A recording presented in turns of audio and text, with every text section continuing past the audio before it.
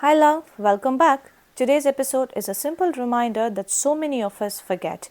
You don't have to be perfect to show up, you just have to be willing. There have been so many moments while I waited to feel ready. I waited to have the right words, the right time, the right clarity, the right confidence. And in that waiting, I stayed still, sometimes for months, until one day I realized that readiness is not something that arrives, it is something you build by doing. Some of the most meaningful things I've created began in uncertainty, with shaky hands and a nervous heart, and that was enough. We were taught that things must look perfect before they are shared, that we must have everything figured out before we begin, but that standard only keeps us stuck. Because life doesn't demand perfection, it also asks for presence. What if it's okay for your first step to be messy, incomplete, awkward?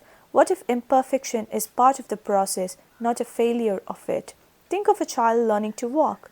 They fall 100 times, and no one says, "Don't try again until you're perfect."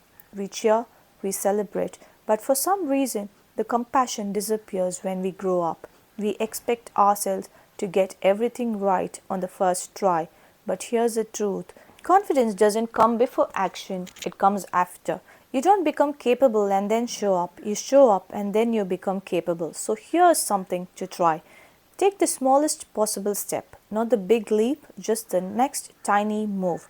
Write one paragraph, record 1 minute, share one thought, try one idea. Make the action so small that your fear has nothing to argue with. Small steps create momentum. Momentum creates confidence. So if you have been waiting to feel ready, this is your permission to begin imperfectly, because imperfect movement is still movement, and that is enough. Thank you for spending this time with me. If this episode soothed your inner perfectionist, share it with someone who needs that softness too. Until next time, show up anyway.